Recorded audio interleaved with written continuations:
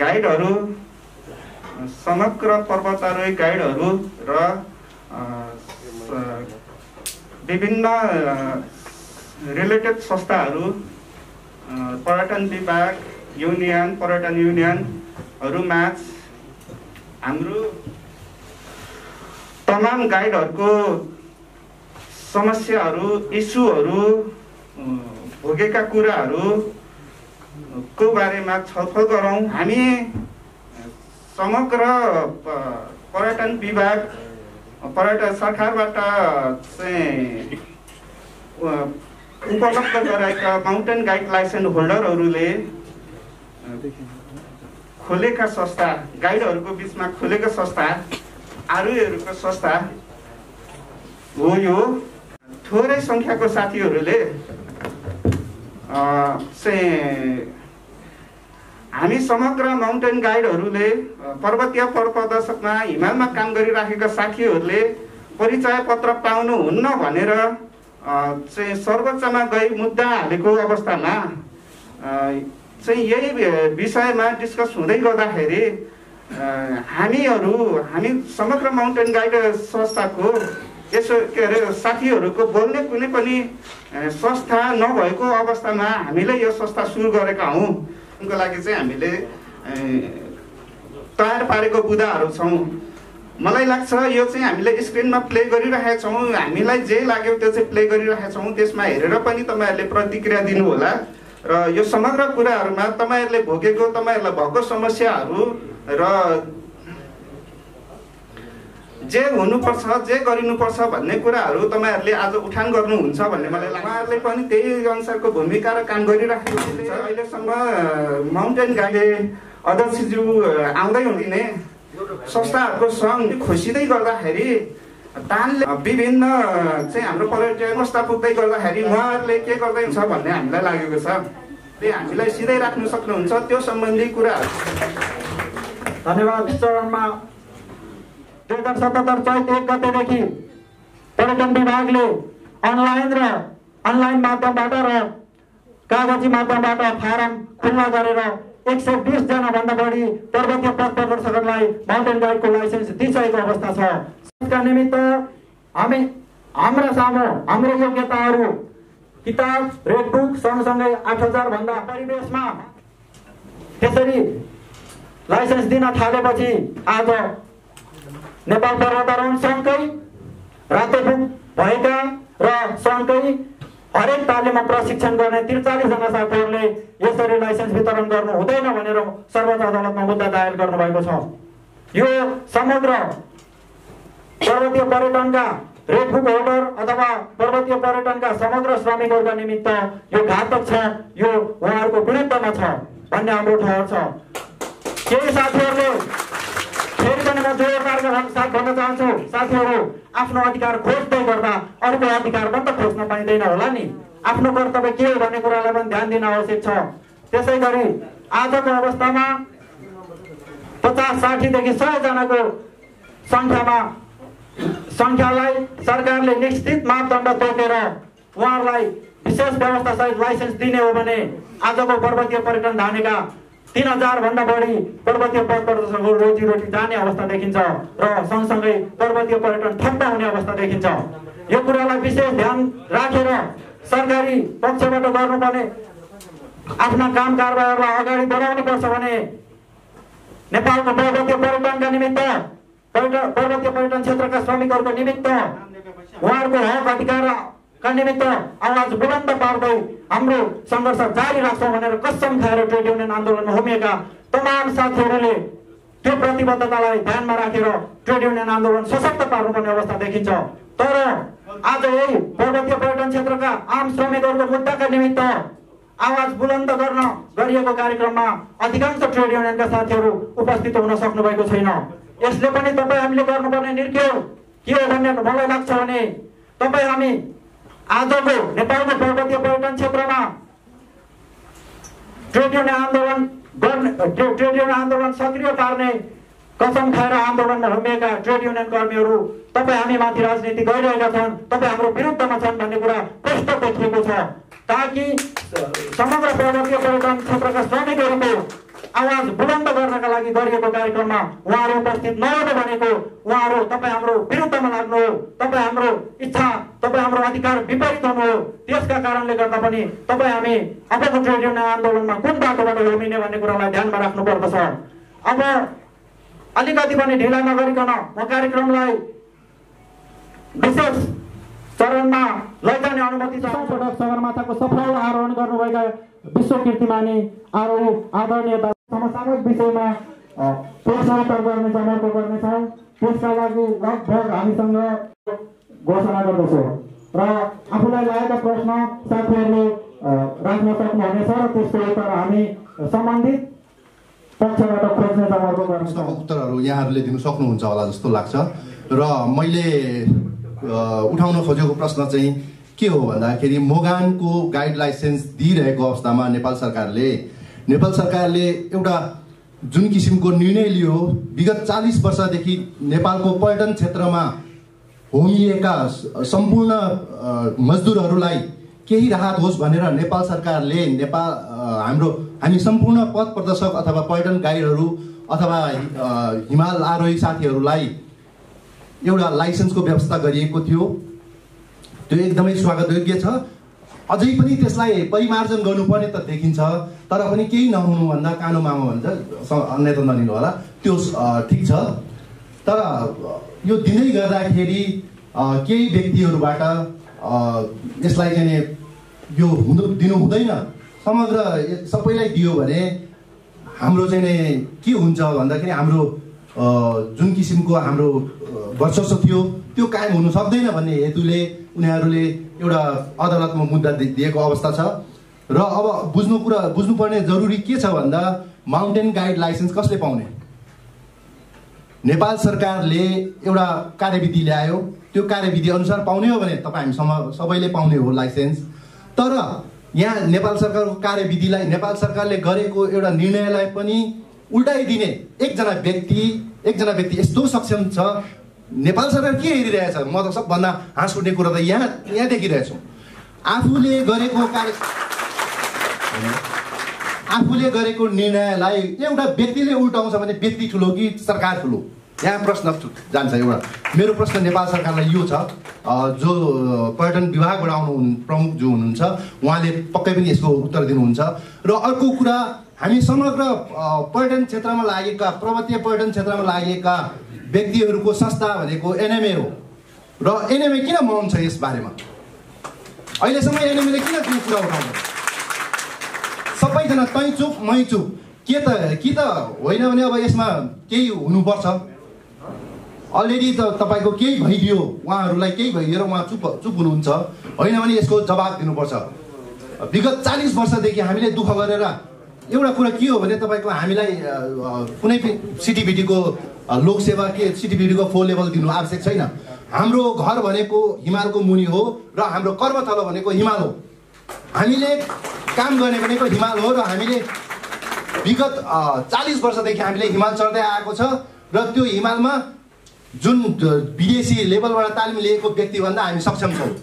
अहिले जति पनि तपाईँको विदेशी लाइसेन्स होल्डर अथवा एनएमजिए होला, होइन, यसको फुल फर्म मलाई एक्ज्याक्टली थाहा छैन, यो मैले भर्खर सुन्नु आएको छ एनएमजिए भनेर। योभन्दा अगाडि मैले सुनेको थिएन।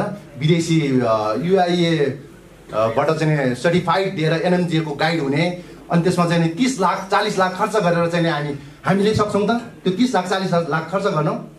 कि त नेपाल सरकारले हामी सबैले व्यवस्था गरिदिनु त्यो 30-40 लाखको व्यवस्था गरिदिनु पर्यो?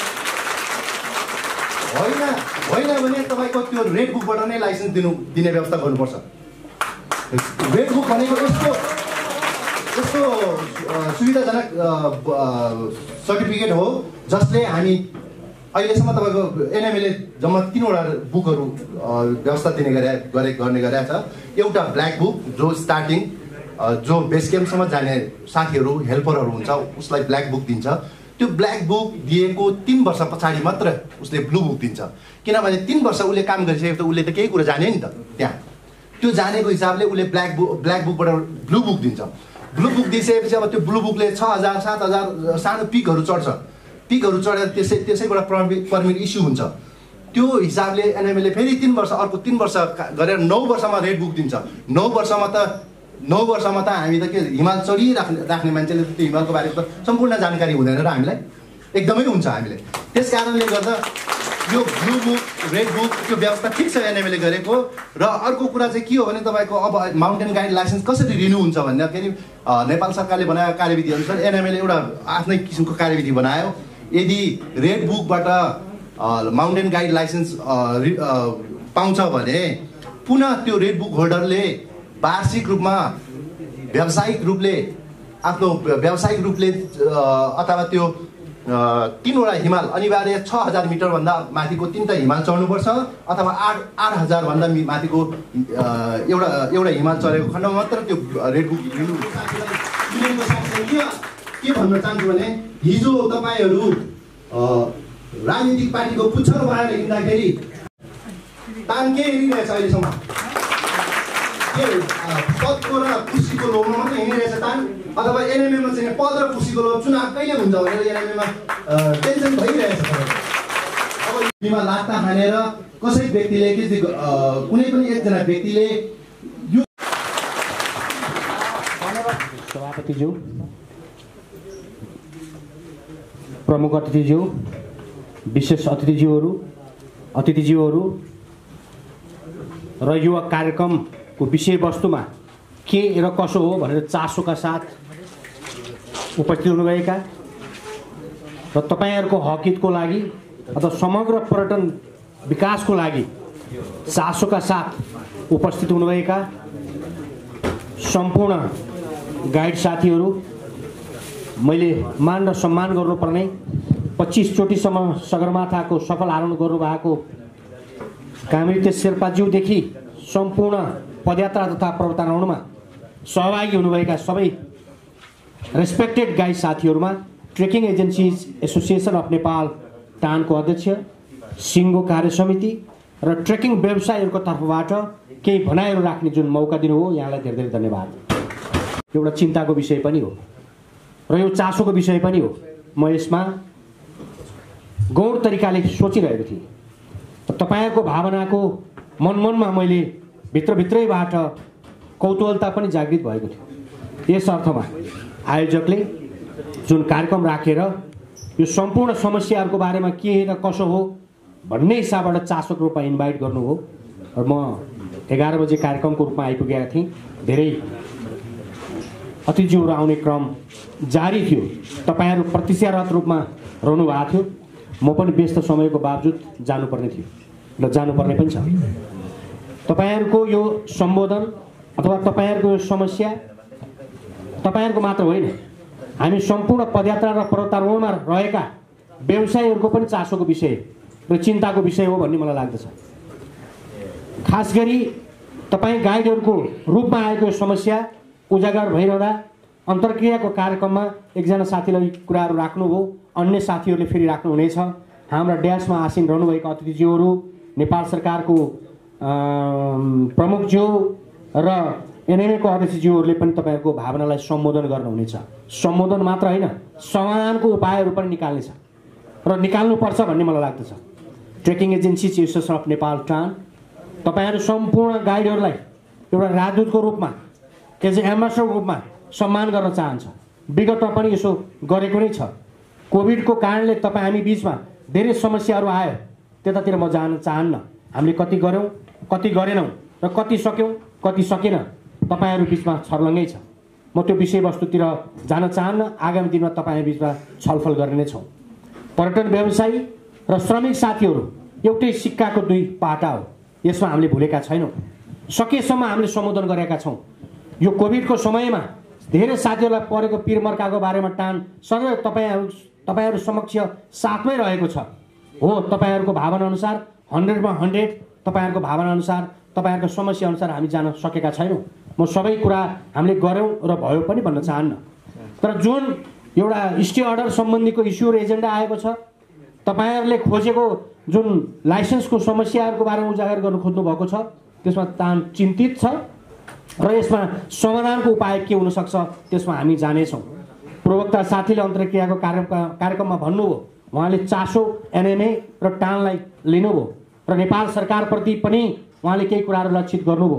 यसमा तपाईँको कुरामा समर्थन गर्न चाहन्छु। समर्थन मात्र होइन, तपाईँहरूको मागलाई हामीले कसरी समाधान र सम्बोधन गर्न सक्छौँ तपाईँहरूसँगै हामी पनि जानेछ। तपाईँ श्रमिक साथीहरू अगाडि हिँड्नुहोस्, टानको अध्यक्ष अगाडि हिँड्न चाहन्न, यस अर्थमा तपाईँहरूको राइटको लागि तपाईँहरू अगाडि हिँड्नुहोस्। त्यसको साथमा टानको अध्यक्ष र सिङ्गो कार्य समिति र ट्रेकिङ व्यवसायीहरू यो एकै सिक्काको दुई पाटाको रूपमा अगाडि बढ्नेछ। तपाईँहरूले उच्च रूपमा सोच्नुहोला, उच्च मनोभावमा बुझ्नुहोला। तपाईँहरूको राइट नेपालको पर्वतीय पर्यटनमा विकास गर्नको लागि तपाईँहरूको अहम भूमिका छ, सबै साथीहरूको छ। सबै साथीहरूलाई अनुरोध गर्न चाहन्छु, हामीले कति कुरा बुझ्यौँ होला, कति कुरा बुझेनौँ होला।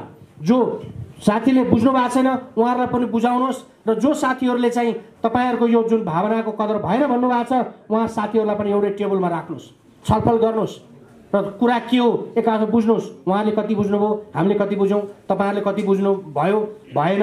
कहिले कहिले मिसअन्डरस्ट्यान्डिङ पनि, कोही नेसनल गाइड पढ्नु होला, कोही जे पढ्नु होला, तर के भने त्यसमा पनि विभिन्न विधा छ, एउटा क्राइटेरिया छ।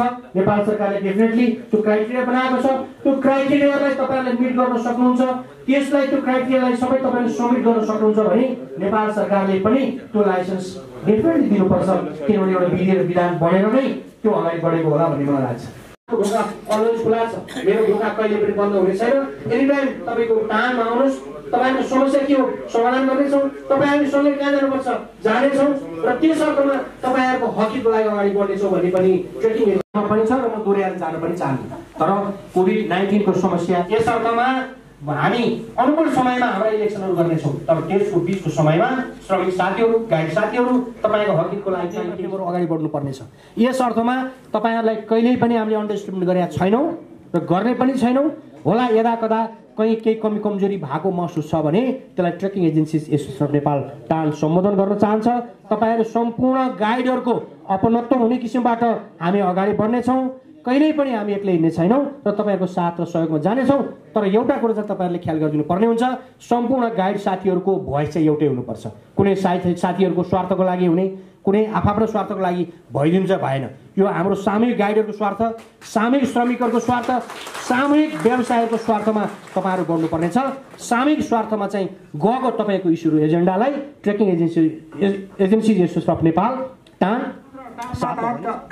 समग्र पर्वतीय पर्यटन माउन्टेन टुरिज्मका टुरिज्म सबै के बोल्नुपर्ने कसैले राख्नुपर्ने राख्न लागेको अवस्थामा परिचित नै छ भन्ने हाम्रो बुझाइ छ। नेपाल पर्वतारोहण सङ्घको तर्फबाट र मेरो आफ्नो व्यक्तिगतबाट म यहाँलाई नमस्कार गर्न चाहन्छु। विषयगत अलिकति म तुरुन्तै बोल्न चाहिएको कुराहरू बढी मात्रा नेपाल सरकार र एनएमएसँगलाई जोडेको कारणले गर्दामा प्रष्ट नभएको कुरालाई पनि म प्रष्ट गर्न चाहन्छु। नेपाल माउन्टेनिङ एसोसिएसन एनएमए 1973 मा जुन सुरु भएको थियो, एउटा अग्रज व्यक्तिहरूले हाम्रो नेपालको हिमाल र माउन्टेनरहरूको एउटा आफ्नो संस्था होस् भन्ने कुरा जुन हाम्रो संस्थापक कुमार खड्ग विक्रम शाह र डाक्टर हर्क गुरुङ, शम्भु तामाङ एउटै मात्रै जीवित छ, अहिले अर्को चाहिँ बितिसकेको छ। त्यो सुरुवात भएपछि माउन्टेनको सिलसिलालाई भन्नुपर्दाखेरि 1970 सम्म तपाईँहरूले हेर्नुपर्छ नेपालको सगरमाथाको जुन पर्मिट इस्यु गर्दाखेरि दार्जिलिङबाट मात्रै इस्यु गरेर नेपाल सरकारलाई पठाउँथे। त्यो डाटा तपाईँहरूले राम्रोसँग केलाउनु पर्छ, किनकि नेपालमा सक्षम व्यक्ति नभएकोले।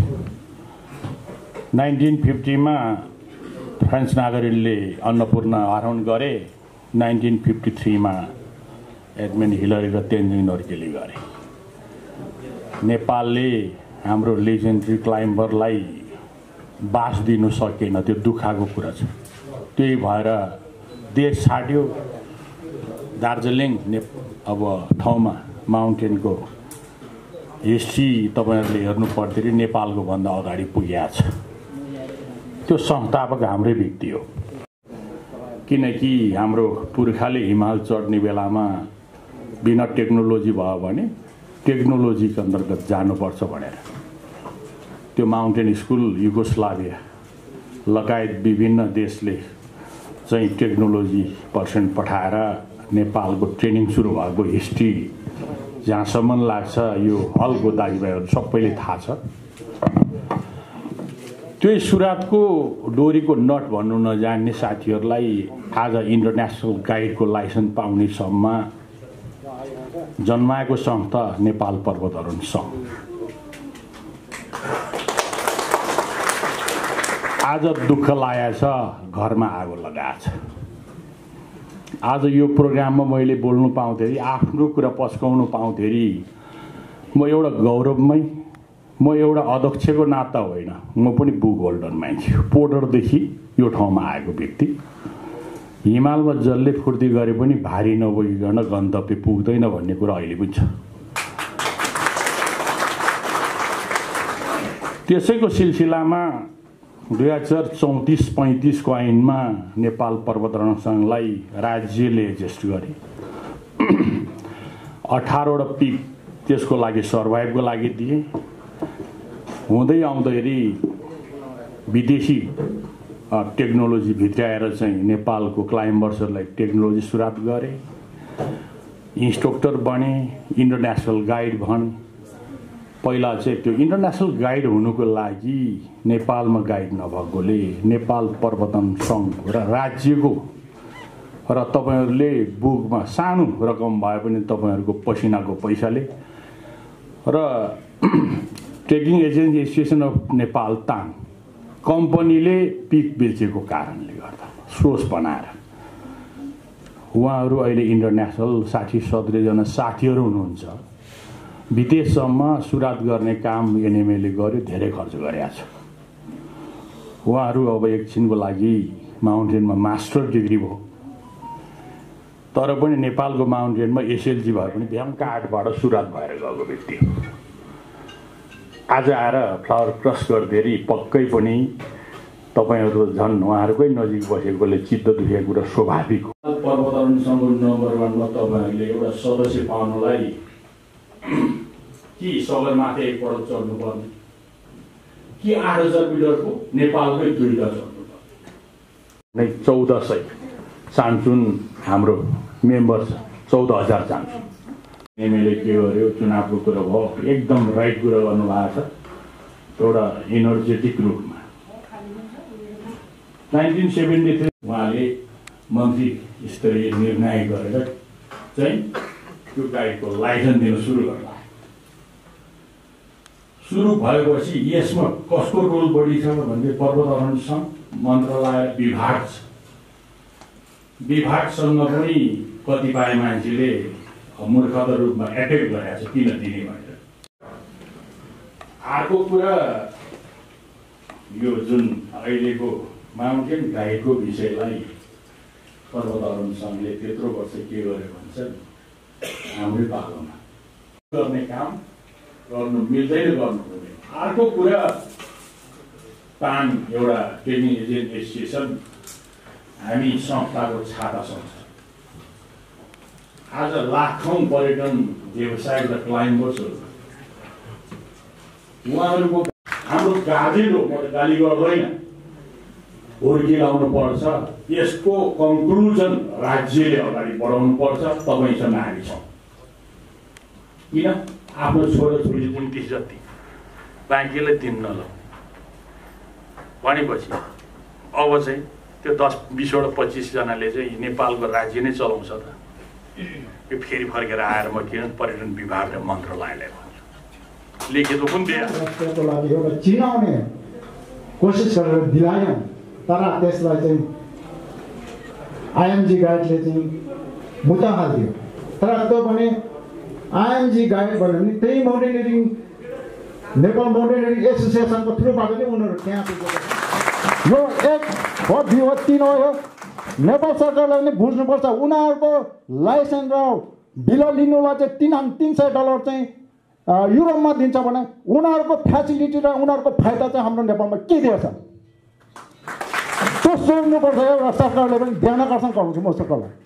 मैले प्रधानमन्त्री पहिलादेखि नै प्रधानमन्त्रीहरूसँग मैले धेरै कुरा गरिसकेँ। हिजो 80 भर्खरै नै मैले प्रेम आलेसँग ज्यूसँग मैले पोखरामा इन्टरनेसनल माउन्टेन डेको दिन हामी यो कलाकारहरूलाई चाहिँ अब सञ्चारकारी क्लोज खडा गर्नुपर्छ। त्यही हिमालमा भिरेका परिवारलाई शिक्षा दीक्षा दिने सरकारको दायित्व हो, रोल्डी मात्र उठाउने काम नगर भनेर मैले पटक भनिरहेको छु। हामी अब त्यसै गरेर हामी अब लुगेर बसेनौँ, हामी अगाडि देखाउँछौँ, हामी अब कदम चल्छौँ।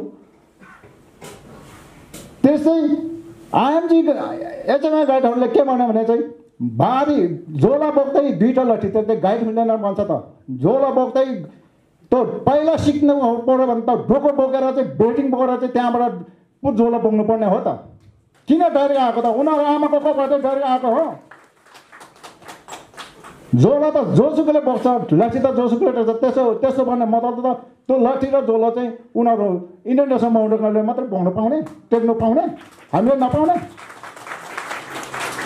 जब एउटा हो भने चाहिँ उनीहरूको एउटा संस्था छ र टिचर हो उनीहरू भने हाम्रो लागि चाहिँ गुरु हो।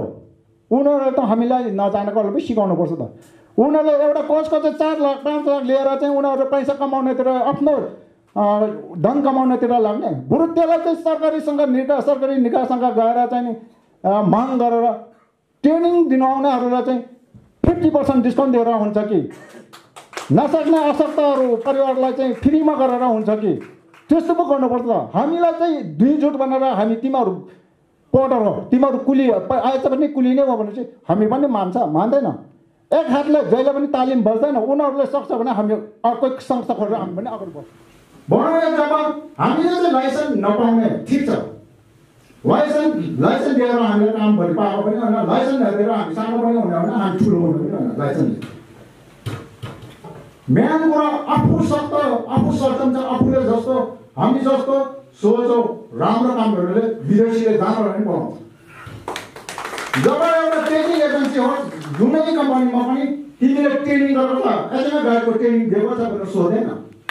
कतिचोटि आएर दिएको छ मेरो गाइडले भनेर सोध्छ। त्यहाँ त्यो बुझेर चाहिँ काम गर्नुपर्छ र उनीहरू चाहिँ हामी हो तिमीहरू के भन्नु भने चाहिँ यो 2 पक्ष हुन्छ, 2 पक्ष भनेको कि यहाँ के भन्नु युद्ध चल्दैछ कि भगवान जना र 2000 जना नै भनौँ न, हाम्रो थोरैमा 2000 जना कुन चाहिँ जुन पक्षले चाहिँ आफ्नो धन कमाउनु पर्छ त्यो पक्ष मात्रै छ। त्यो नहेर्नुहोस्, सत्ताले नै छुट्याइदिनुहोस्। दुधको दुध र पानीको पानी छुट्याएर चाहिँ सबैले गरिदिनुहोस्। त्यसै हो भने एचएमआई गाइड मै हो भने चाहिँ हाम्रो देशका विभिन्न हिमहरू लुकिरहेको छ, तिनीहरूको बाटो खोज्नु जाउँ अगाडि सर, हामी पनि साथ दिन्छौँ। एउटा हातले गएर पनि तालिम गर्नु, उनीहरूले काम गर्नु सक्छ। उनीहरू मै हो टिचर भनेर टिचर एउटाले चाहिँ काम गर्नु सक्छ सक्दैन। त्यहाँ त कलम मात्रै छ, त्यहाँ त हामी मोटर गाडी चाहिन्छ। बोटे हो बोटे, हामी कथामै छ बोटे बोक्नै पर्दैन भनेर बाँदर बिमार हुँदैन, बोटे बोक्नै पर्दैन छ। हामी ट्याक्छौँ। त्यो इन्टरनेसनल गाइडलाइन दिनुहोस्, सबै काम सक्छ भने इन्टरनेसनल गाइडलाइन जिम्मा दिनु, हामी त्यागेर बस्छौँ। र सरकारले बुझ्नुपर्ने धेरै छ। रेस्क्युको बारेमा म एउटा कुरा गर्छु यहाँ सरकारसँग। विदेशीलाई चाहिँ रेस्क्यु पठाउँदा चाहिँ हेलिकप्टर तुरुन्त पठाउँदा र नेपालीलाई नेपालीको रेस्क्यु गर्दा चाहिँ गृह मन्त्रालयको पेपर चाहिँ के पेपर मिलेन भने के हो त?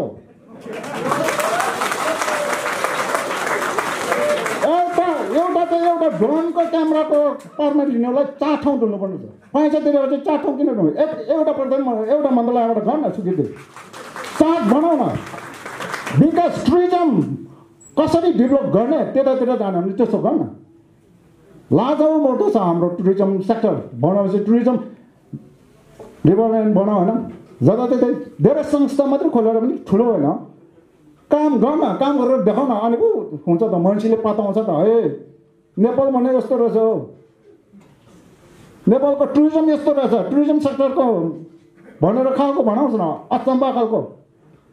जति नै घिनलाग्दो गरेपछि हामी गाइडले चाहिँ टुरिस्टलाई चाहिँ ऊ दिने।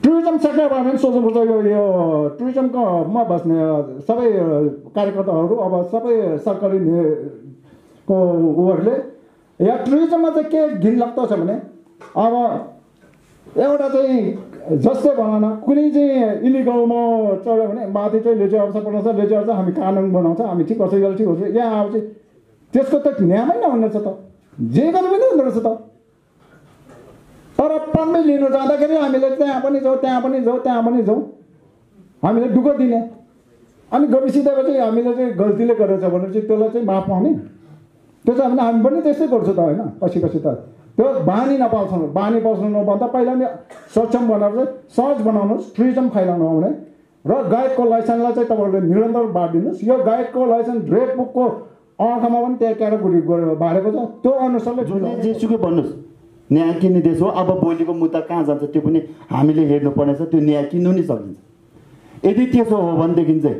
कि त्यो पोलिसी त्यो कार्यविधि बनाउँदाखेरि नै किनेको हो किनभने हाम्रो देशमा जो मान्छे चाहिँ त्यो क्षेत्रमा विज्ञ हुँदै गर्छ त्यसले सरोह गर्ने चलन छ अथवा बढुवा गर्ने चलन छ त्यसले तलमुनिको कार्यविधि बनाउन पाइँदैन नेपालमा तपाईँ एउटा पोस्टमा हुनुहुन्छ त्यो पोस्टमा भएर चाहिँ क्लाइम्बरहरूको अथवा एबिसिडी कुनै पनि सङ्घ संस्था अथवा कुनै पनि निकायमा बस्नुहुन्छ भने त्यो क्षेत्रको समस्या के छ भनेर बुझ्दै गर्दा तपाईँले बुझिसक्छ त्यो वजह हामी जस्तै अब हामी यहाँ अहिले चाहिँ पर्यटन क्षेत्रमा आएको हुनाले चाहिँ हामी क्लाइम्बरहरूले चाहिँ फलाना संस्था क्लाइम्बर संस्था भनेर धेरैवटा सङ्घ संस्थाले चाहिँ हाम्रो माग यस्तो अघि उहाँहरू हाम्रो एनएमएको अध्यक्षज्यूले भन्नुभयो हाम्रो कामेरी दाइले भन्नुभयो हामीले कल्याणकारी कोर्स चाहिँ हामीले चाहिँ स्किल डेभलपमेन्टको तालिम चाहिँ यसो चाहिन्छ भनेर माग गर्दै गर्दा तपाईँहरूले चाहिँ त्यो मागपत्र हेर्दै गर्दा तपाईँहरूले अब यसो गएर कलम चलाइदियो गरौँ न त भन्दाखेरि चाहिँ फेरि अर्कोले सरोह गरिदिन्छ अथवा बढावा गरिदिन्छ यो न्याय किन्ने देश हो मान्नुहोस् नमान्नुहोस् हाम्रो सम्पूर्ण क्लाइम्बर साथीहरू यदि भोलि चाहिँ त्यो मुद्दाको फैसला अर्कोतिर जान्छ भने यो न्याय किन्ने नै हो होइन भने अब यसलाई चाहिँ स्टे अर्डर दिएर राख्नुपर्ने हो भनेदेखि चाहिँ जति पर्यटन विभागले अहिलेसम्म दिँदै गरेको लाइसेन्समाथि पनि प्रश्न उठ्छ त्यो भनेको जुन सरकारी निकायको व्यक्तित्व जो मान्छे लाइसेन्समा साइन गर्छ त्यसको जिम्मेवारी हो त्यो मान्छेले चाहिँ अहिलेसम्म के हेरेर बसेर लाइसेन्स दिएको छ त त्यो निकायले अहिलेसम्म कुन आधारले दिएको छ त केही रुजु गरेर कार्यविधि बनाएरै दिएको भनेपछि त अरूले स्टे अर्डर दिँदाखेरि त होइन यो कार्यविधि त ठिक छ हामीले बनाएको बरु मापदण्ड तयार कस्तो छ मापदण्ड चेक गर्न आउनुहोस् एनएमएले चाहिँ अब एक हिसाबले चाहिँ हिमाल चढेको भनेछ अर्को हिसाबले चाहिँ एडभान्ससम्म तालिम गरेको मान्छे भनेछ एडभान्सको तालिमको चाहिँ खाका चेक गर्न आउनुहोस् ठाउँ ठाउँमा सरकारी निकायबाट फेरि बोर्डमा पनि देख्यौँ सबै साथीहरूले नि अग्रज वक्ताहरूले पनि भन्नुभयो सिटिभिटीमा हाम्रो क्लाइम्बर को छ क्या पहिला नम्बरमा हाम्रो क्षेत्रको हाम्रो चाहिँ सरकारी निकायको मान्छेले थाहा छ कि छैन सिटिभिटी को हो र सिटिभिटीमा त्यहाँ स्किल टेस्ट गर्नु हुँदैछ सिटिभिटीलाई त तपाईँ मान्नुहोस् यहाँ हाम्रो क्लाइम्बर साथीहरूलाई थाहा छैन होला पहिला ड्याकुम भन्नुपर्छ हामी यो गर्छौँ भनेर बाबा ठाकुर आएर मेरो एक्जाम लिदियो भन्नुपर्छ पहिला भनेपछि हामी पहिलादेखि नै हिमालमा काम गरेर आएको त अहिले हाम्रो पूर्व साथीहरूले नि भन्नुभएको छ कालो बुक निलो बुक रातो बुक गर्दै गर्दाखेरि त एक घन्टे किताब पढेर मास्टर नगरेर काम गरेर मास्टर कि पढेर जान्छ कि पढेपछि जान्छ हामी पढेर सिकेर आएर बस्दैन हामी अहिलेसम्म चाहिँ अब ठिक छ धन्यवाद मोबाइललाई अनि यो कार्यक्रम चाहिँ अर्गनाइज गरिदिनु भयो हामी पर्खिरहेको सरकारी पक्षले चाहिँ कहिलेसम्म गर्दो रहेछ यो हामीले त लाखौँ करोडौँ तिरेर एउटा भिल्लाको लागि करोडौँ तिर्नु सक्ने क्षमता हामीसँग नहुन सक्छ जहाँसम्म लाग्छ समग्र साथीहरूलाई पनि क्वेसन चाहिँ यही थियो होला मलाई चाहिँ किन थपेर बस्नुपर्ने कारण चाहिँ कि पोलिसी मेकरमा नै धन्यवाद धेरै धेरै धन्यवाद नेपाल पर्वतीय लिडर सङ्घका महासचिव डाक्टर शिखरज्यू बाटोबाट थोरै बहस छलफल गर्ने विचारमा अघि बढेको छु यति बेला समग्र पर्वतीय पर्यटन क्षेत्रका पथ प्रदर्शकहरू भनेको समग्र श्रमिक वर्ग नै हुन् हामीले त्यो कुरालाई जोड दिइसकेका छौँ त्यसो गर्दै गर्दा आज नेपालमा पर्यटन क्षेत्रमा काम गर्ने 7वटा ट्रेड युनियन देखिन्छ श्रम विभागमा त्यसरी नै दर्ता भएका छन् पार्ट अफ जियोको रूपमा काम गर्छन् तर आन्दोलनलाई कसरी सशक्त पार्ने योजना बनाउनु भएको छ यस विषयमा ट्रेड युनियनको धारणा के छ भन्ने विषयमा म एकीकृत पर्यटन श्रमिक सङ्गठनका अध्यक्ष प्रशान्त ढुङ्गानाज्यूलाई आफ्नो धारणा राखिदिनका निमित्त अनुरोध गर्दछु। कन्टेक्स्टमा यो हुन सकेन, यो दुर्भाग्य हो। यो कुरालाई स्वीकार्नुपर्छ र स्वीकारेका छौँ। किनभने ट्रेड युनियनलाई अथवा श्रमिकलाई सत्ता प्राप्तिको हतियार बनाइयो, अहिलेसम्म बनाइयो र अहिलेसम्म श्रमिकहरू भए पनि अबका दिनमा यो नहोस् भन्नु नै, शुभेच्छा गर्नु नै सबभन्दा ठुलो पाटो रहन्छ जस्तो लाग्छ मलाई। सबभन्दा पहिले त ट्रेड युनियन स्वतन्त्र हुनुपर्ने थियो। नेपालको कन्टेक्स्टमा ट्रेड युनियन स्वतन्त्र हुन सकेन, पार्टीको ट्याग सँगसँगै लागेर आयो। किनभने पार्टीगत ट्रेड युनियनहरू चाहिँ हुन थाले। अब मोगानको विषयमा अथवा यहाँहरूले चालिरहेको विषयमा हाम्रो धारणा के, सम्पूर्ण ट्रेड युनियनको जिम्मेवारी म लिन सक्दिनँ, तर एकीकृत पर्यटन श्रमिक सङ्गठनको अध्यक्षको हैसियतले अथवा अध्यक्षको नाताले मेरो व्यक्तिगत तर्फबाट, संस्थाको तर्फबाट र मेरो महासङ्घको तर्फबाट यहाँहरूलाई सदा सर्वदा चाहिँ सहयोग रहिरहनेछ भन्ने कुरा म यही मञ्चबाट प्रश्न गर्न चाहन्छु। म यहाँहरूको लागि, यहाँहरूको हक हितको लागि मैले व्यक्तिगत अथवा मेरो संस्थाबाट अथवा मेरो महासङ्घबाट के पहल गर्नुपर्ने छ त्यो जानकारी प्राप्त हुने साथ त्यसलाई म क्विक रेस्पोन्स गर्छु भनेर यहाँहरूसँग म प्रतिबद्धता व्यक्त गर्दछु। अब प्रश्न आयो ट्रेड युनियनको भूमिका अथवा ट्रेड युनियनले के गर्ने भनेर भन्दाखेरि साथीहरू, कतै अब हामीले पनि आफ्नो आत्मआलोचना गर्नुपर्ने बेला भएको छ कि छैन, यस विषयमा म केही 2-4वटा मेरा धारणाहरू राख्दछु। श्रमिकको लागि, श्रमिक हितको लागि बनाएको सङ्घ सङ्गठनको नेतृत्व यदि व्यवसायले गर्छ भने त्यहाँनेरि श्रमिकको हित हुन्छ भन्ने कुराको कति विश्वास यहाँहरूले राख्नुहुन्छ? आज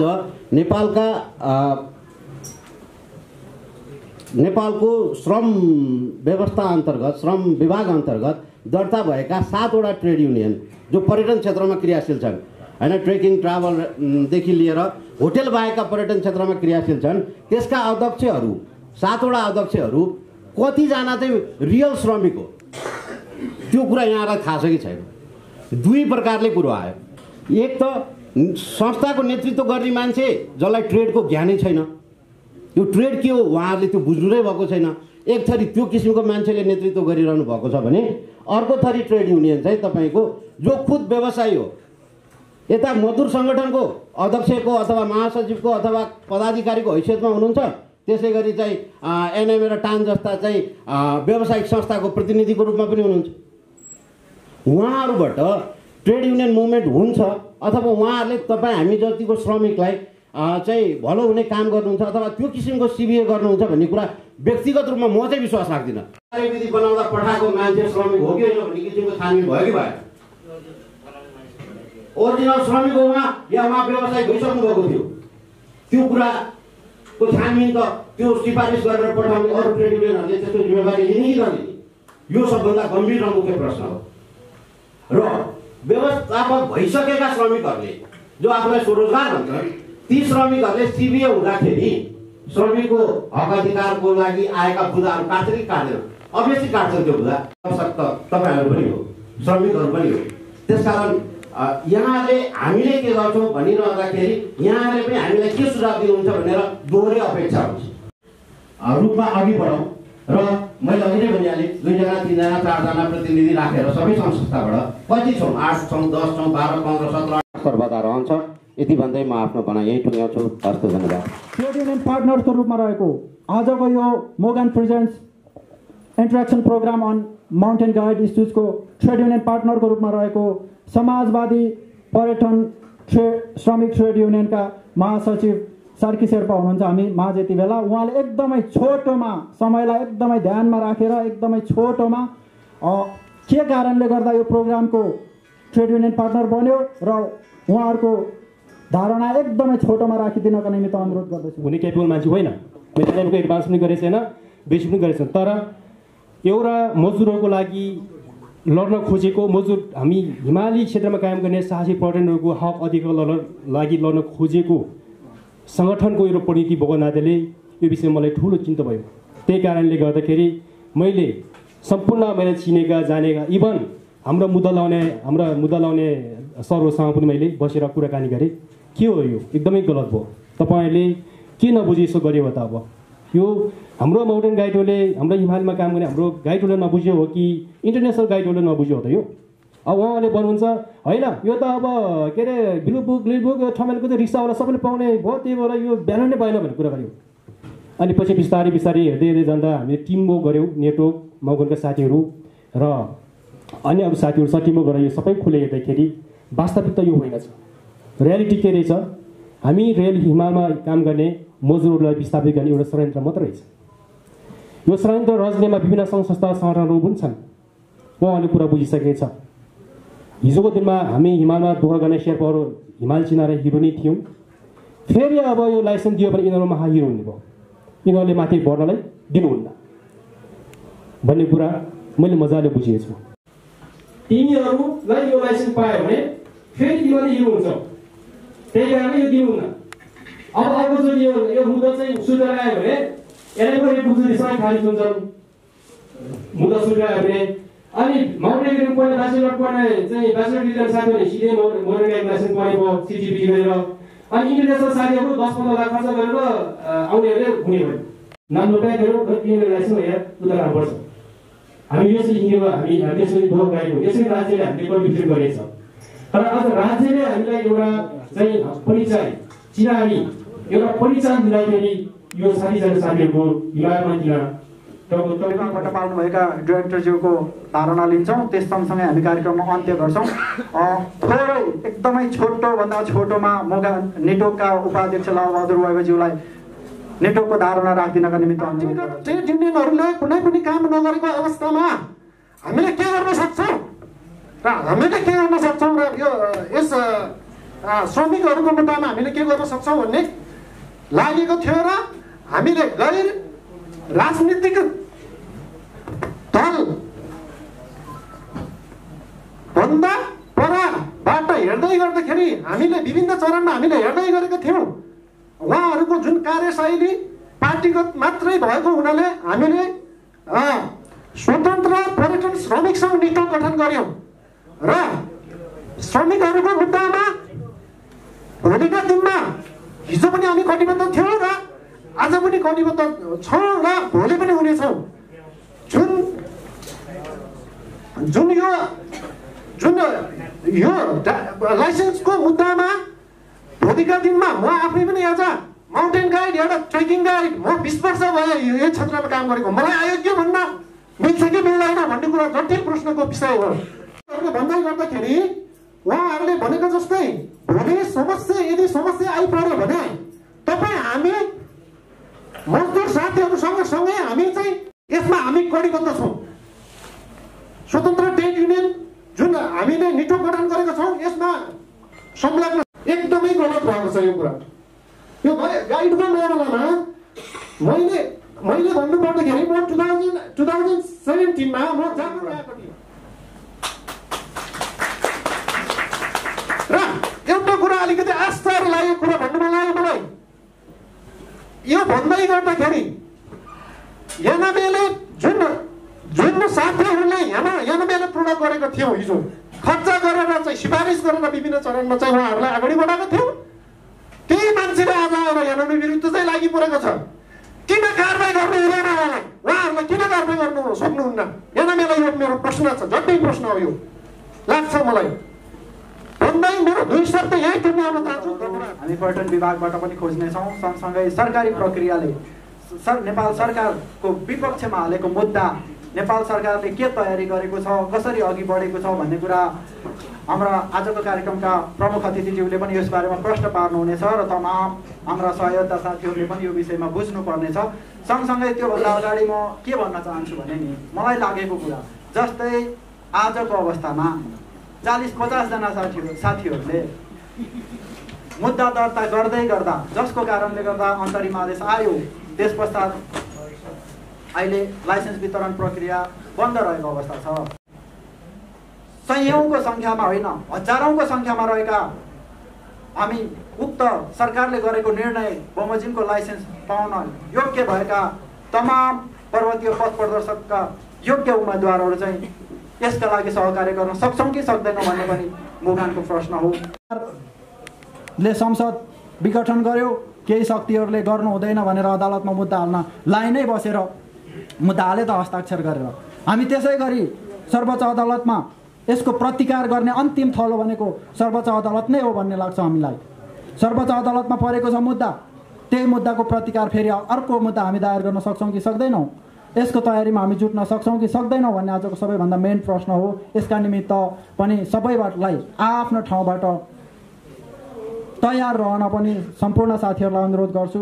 सँगसँगै सरकारी पक्षबाट भएका पहल कदमीहरू र मुद्दाको लागि रहेको तयारीहरूको बारेमा जानकारी गराउनु पनि हाम्रो विशेष उद्देश्य थियो। त्यही उद्देश्यका साथ तय भएको कार्यक्रममा सरकारी प्रक्रियाबाट अदालतको प्रक्रियामा उहाँहरूले विपक्षको तर्फबाट लड्ने मुद्दाको बारेमा के कति तयारी भएको छ, कसरी अघि बढेको छ भन्ने विषयमा र समग्र फ्लोरमा उठेको अहिलेसम्मका वक्ताहरूले उठाउनु भएको प्रश्नको जवाफ दिनुहुन्छ भन्ने आशा राखेको छु मैले। जो पर्यटन आजको हाम्रो प्रमुख अतिथिको रूपमा हामी समक्ष उपस्थित हुनुभएको थियो, नेपाल पर्यटन विभागका डाइरेक्टर हुनुहुन्छ, उहाँलाई हार्दिक अनुरोध गर्दछु। सूर्यप्रसाद थपलिया सर हुनुहुन्छ, उहाँलाई हार्दिक अनुरोध गर्दछु र सरबाट अहिलेसम्मका विषयवस्तुहरू उठान प्रक्रियाको बारेमा उठानुहुन्छ, त्यसले हामीलाई धेरै बुझ्न साथ दिन्छ भन्ने पनि मेरो विश्वास चाहन्छु। स्पेसल्ली अहिले चाहिँ नि यो विषय चाहिँ नि परिचय पत्र वितरणको सन्दर्भमा यहाँ धेरै आयो। परिचय पत्र वितरणको सन्दर्भमा विभागले केही गरेन, खासै पहल गरेन, लिएन भन्ने कुराहरू पनि यहाँ आएको थियो।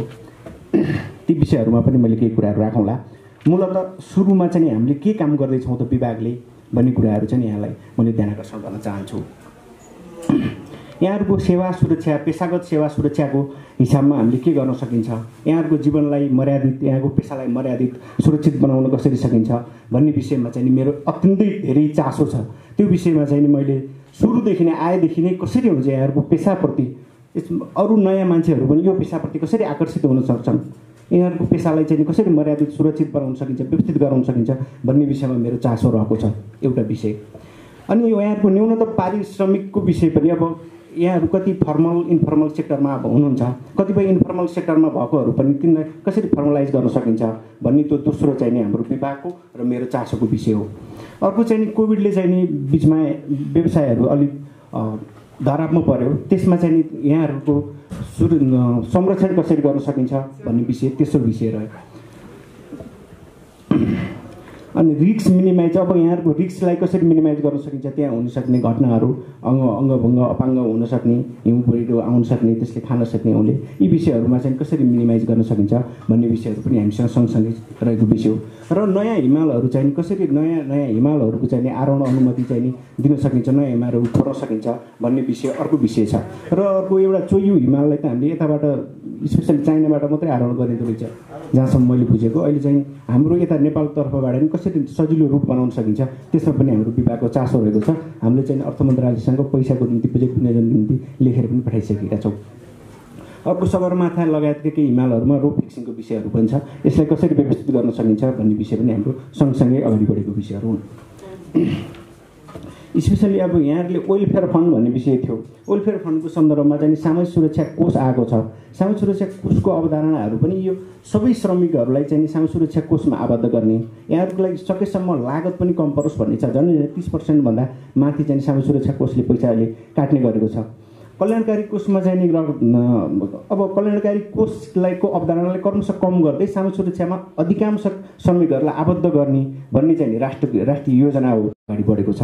अर्को इन्सुरेन्सको कुरा थियो। इन्सुरेन्सको कुराहरू पनि हामीले इन्सुरेन्सलाई कसरी बढाउन सकिन्छ, मलाई सुरुमै लागेको थियो आउनु बित्तिकै 15 लाख रुपियाँ रहेछ, यो 15 लाख त साह्रै थोरै भयो त यार। 10 लाख त आजभन्दा 62-63मा पनि गभर्मेन्टले घोषणा गर्दा 10 लाख रुपियाँ घोषणा गर्थ्यो त्यो क्षतिपूर्ति बापत भनेर पनि तत्काल। तर अब मान्छे मरि नै हाल्यो भन्दा त्यसको बालबच्चाहरूको त समस्या हुन्छ, एकदम ठुलो समस्या हुन्छ। यसलाई चाहिँ कम्तीमा 50 लाख पुर्याउनु पर्छ भन्ने चाहिँ मेरो व्यक्तिगत धारणा थियो र त्यसको निम्ति पुनर्वर्ण गर्नको निम्ति हामीले मन्त्रालयमा प्रस्ताव पठाएको थियौँ। प्रस्ताव फिर्ता आइसकेको छ सहमति भएर। हामीले त्यसलाई चाहिँ पुनर्वर्ण गर्नको निम्ति तपाईँहरूसँग अनि त्यसपछि एजेन्सीसँग एनएमएसँग यहाँहरूसँग सरकारवाला वर्गहरूसँग हामी छलफल गर्छौँ। छलफल गरेर कतिसम्म गर्दाखेरि चाहिँ सबैलाई चाहिँ नि विन विन सिचुएसनमा जान सकिन्छ भन्ने हिसाबमा त्यसको पुनर्वर्ण हुन्छ नै गर्ने हो। त्यो अब लाइसेन्सको विषय चाहिँ नि यहाँहरूले विभागले चाहिँ नि यसलाई अत्यन्तै गम्भीरतापूर्वक लिएको छ, मैले पनि गम्भीरतापूर्वक लिएको छु। त्यसको चाहिँ नि केही विषयहरू संशोधन गरेर समग्रता चाहिने विदेशबाट पढेको लागि भन्ने कुराहरू पछिल्लो संशोधनबाट त्यसलाई थप गरिएको थियो र त्यस पछाडि हामीले लाइसेन्स चाहिँ वितरण गऱ्यौँ। झन्डै 120वटा लाइसेन्स हामीले यहाँलाई परिचय पत्र वितरण गरेका थियौँ र बिचमा चाहिँ अदालतबाट आदेश आयो अहिले तत्काल नगर्नु हुन भनेर स्टे अर्डर आयो। स्टे अर्डर आइसकेपछि हामीले तत्काल गर्न सक्ने केही अवस्था रहेन। हामीले गर्न सक्ने के थियो त भन्दाखेरि यो समस्याहरू हो, यो कारणले यसलाई चाहिँ यसरी नियमित गर्न थालेको हो, गर्न खोजेको हो, यसले गर्दाखेरि यसले पार्ने इम्प्याक्टहरू यो हुन् भन्ने हिसाबमा हामीले चाहिँ नि हाम्रो वकिल सरकारी वकिलले हाम्रो स्पेसली हाम्रो तर्फबाट उहाँले वकालत गर्नुहुन्छ। उहाँलाई मैले भन्दा र यहाँको र मेरो बुझाइ र सबैको बुझाइको कङ्क्रिट कुराहरू उहाँलाई थाहा छ सरकारी वकिललाई। हामीसँग सँगसँगै छ, हामी पनि त्यो गरि नै रहेछौँ हाम्रो तर्फबाट।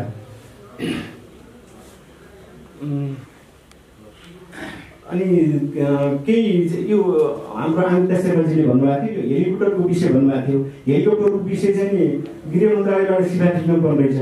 त्यो मैले पनि सुनेको थियो, अलिकति नमिल्दो लागिरहेको छ। म यसमा अलिक धेरै क्लियर छैन। यसमा क्लियर उहाँले चाहिँ नि जसले बुझ्नु भएको छ उहाँले मलाई क्लियर गर्नु होला। त्यस पछाडि यस्तो प्रक्रिया गरी गराउनु मिल्यो भने सजिलो बनाउनुको निम्ति हामी सजिलो बनाउनु प्रयास गर्नेछौँ।